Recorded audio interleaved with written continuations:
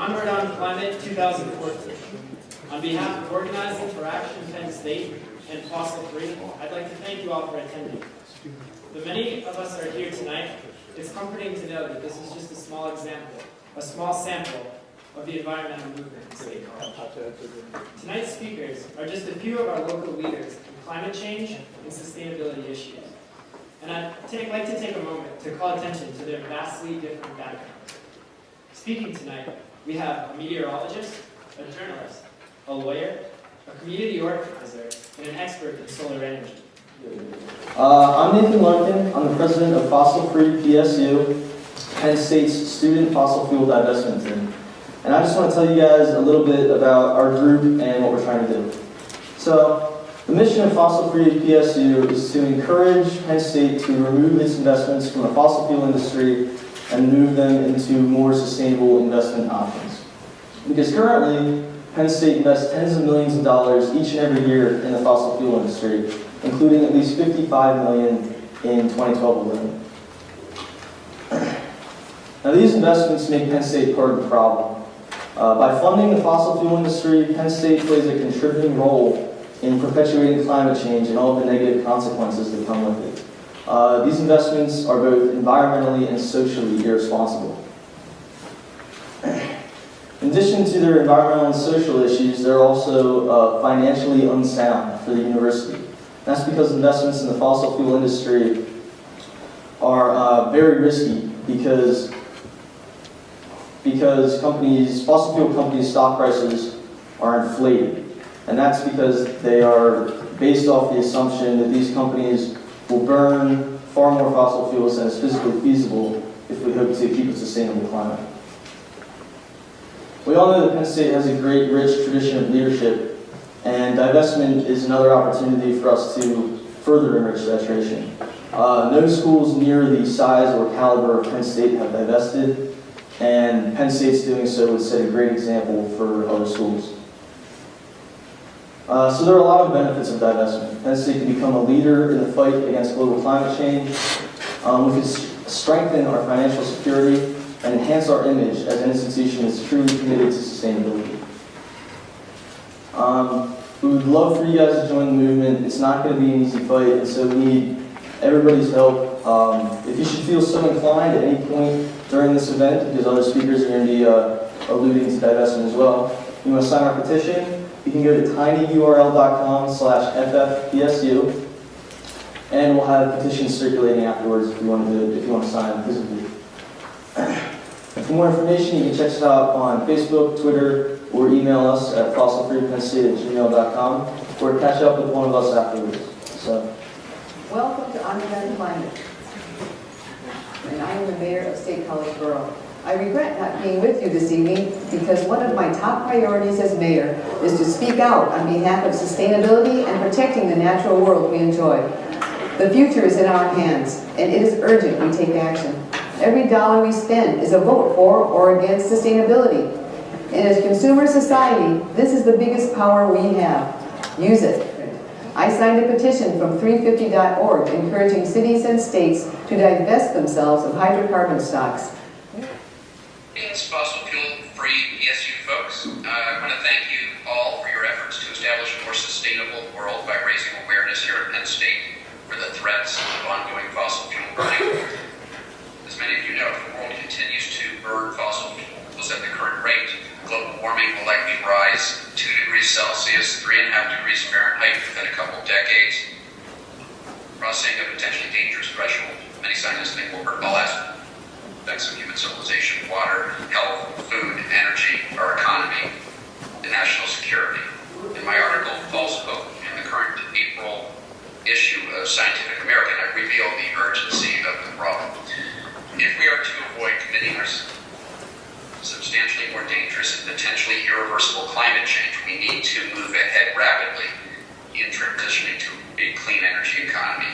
College students have often led the way in mobilizing public opinion on critical societal issues, whether it's the free even originated among my daughter at UC Berkeley in the 1960s, or the anti-apartheid divestment movement, which rose to prominence while I was a student at UC Berkeley in the mid-1980s. And so it is with climate change. It's your voices and your efforts, which may finally break through into the public consciousness. So keep up what you're doing. It's tough work, but it's critical if we are to leave behind a healthy planet for you, our children, and grandchildren, and future generations. Thank you. Good. Can I get a quick show of hands? Who are students here? Okay, very good. Who are community members? Okay, awesome. There's some of both. I encourage you to meet each other afterwards, because that's a lot of what we'll talk about here today. It's been a very important thing to me. So, as we hear my command, and as we look at the things that we're talking about and facing the reality of climate change, I believe the case is really clear. And it demands action, and it demands that we do something about it. And I think in the face of that, this is a really hard challenge. So he talked about, get out and do something. Get out and, make a difference. And then the video was over. And it's hard. And I've felt really paralyzed by this a lot. And so if you're in that place now, it's some of what I want to talk about today. Because I'm still working through how to figure out what valuable things actually are to do. So students, again, raise your hands. I get to speak in some classes, and this is a fun experiment. So keep your hands up if you should always think about how you're going to run an experiment.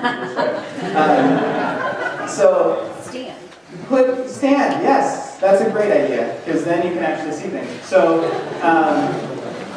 the students are here, and everyone else find a student afterwards. But now, sit down if you know 2 or fewer community members. Does that make sense? Wow. So the folks that are still standing know more than 2 community members. Okay, so sit down. Thank you very much. Community members, up.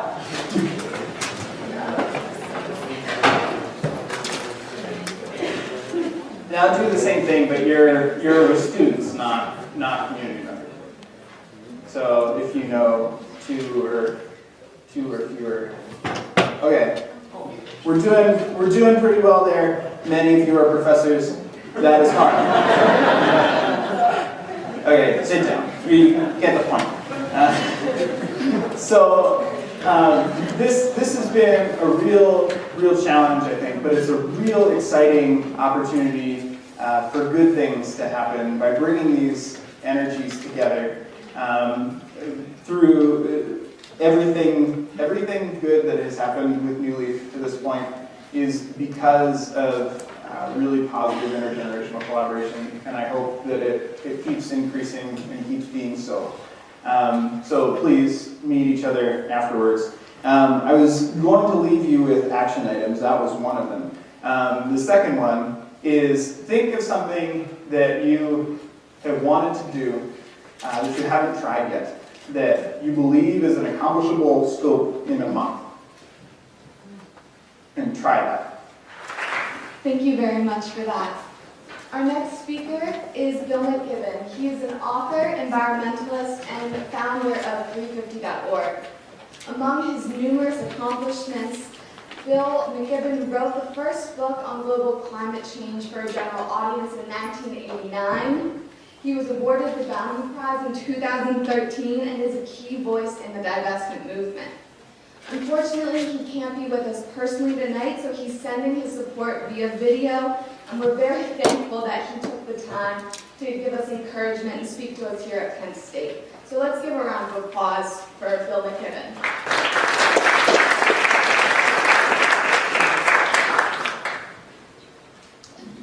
Hello, everybody. This is Bill McKibben. I very much wish that I was there in Happy Valley with you. It's one of my favorite places, and it's one of the great schools, as you guys know, on the face of the earth. And that's why I'm especially glad that you guys are engaged, committed, involved, and working hard on this climate stuff, particularly on the divestment stuff. Let me back up for a minute and just give you a little tour of where we are right now. I wrote the first book about global warming for a general audience. I did it a quarter century ago, i.e. before a lot of you were born. And the only thing that's changed since 1989 is that climate change turned out to come at us even harder and even faster than we thought it would. We're headed for a world where the good education that you guys are getting will be meaningless because your job for the prime of your careers will be responding as best you can to an endless ongoing series of emergencies and crises and disasters. Unless we get our act together very fast. The good news is we understand now what getting our act together looks like and how we do access. We can make this happen, but only if we scale it up very, very fast. And for that to happen, we have to overcome the inertia in the political system that is the result of the power of the fossil fuel industry. They've been able to avoid ever having to pay for the damage that their product, carbon, is doing in the planet. And so, we need to take them on. That's at the root of what this divestment fight is about. The discovery 2 years ago that the fossil fuel companies of the world had 5 times more carbon in their reserves than any scientist thought it would be safe to burn, and yet that they were planning to burn it anyway, was a remarkable one. In essence, we then knew 2 years ago that if they carry out their business plan, then the planet tanks. And that's why we want to work on this divestment fight, and that's why it spread so quickly. Oxford University said last fall that it's become the fastest growing such corporate campaign in history to engage. A few weeks ago, Exxon agreed to a shareholder resolution asking it to disclose its carbon risk, to talk about what it was going to do with these stranded assets, these huge reserves it has of oil and gas that, if it burns, will unhinge the planet's climate. And in the very last day of March, they put out their response, their official response. They said, we're going to burn it, and we're going to find more and burn it. And we do not think, they said they thought there was negligible risk that the world governments would regulate them in any way that would prevent them. In essence, in translation, they said, we're going to overheat the planet. We don't think you can stop us, and we dare you to try. That's why we need you guys to try. That's why we need you pushing hard for divestment, for pushing hard to make Penn State recognize and accept the idea that these guys are not part of the future, that they're part of the past, that they are taking us down a path that we simply can't go any further. Fossil-free PSU is absolutely correct, and it's not just me saying so. At this point, it's, the World Bank, the International Energy Agency, and everybody else who has recognized the basic math of climate. Everybody's demonstrated by this point that you can do it without financial penalty. Indeed, you reduce financial risk by getting out ahead of this carbon bubble. The only question is whether people are willing to stand up to the immense political power that comes with wealth in our society. Thanks for coming out. We really hope that you've taken something away from this. I hope that we can work with some of your groups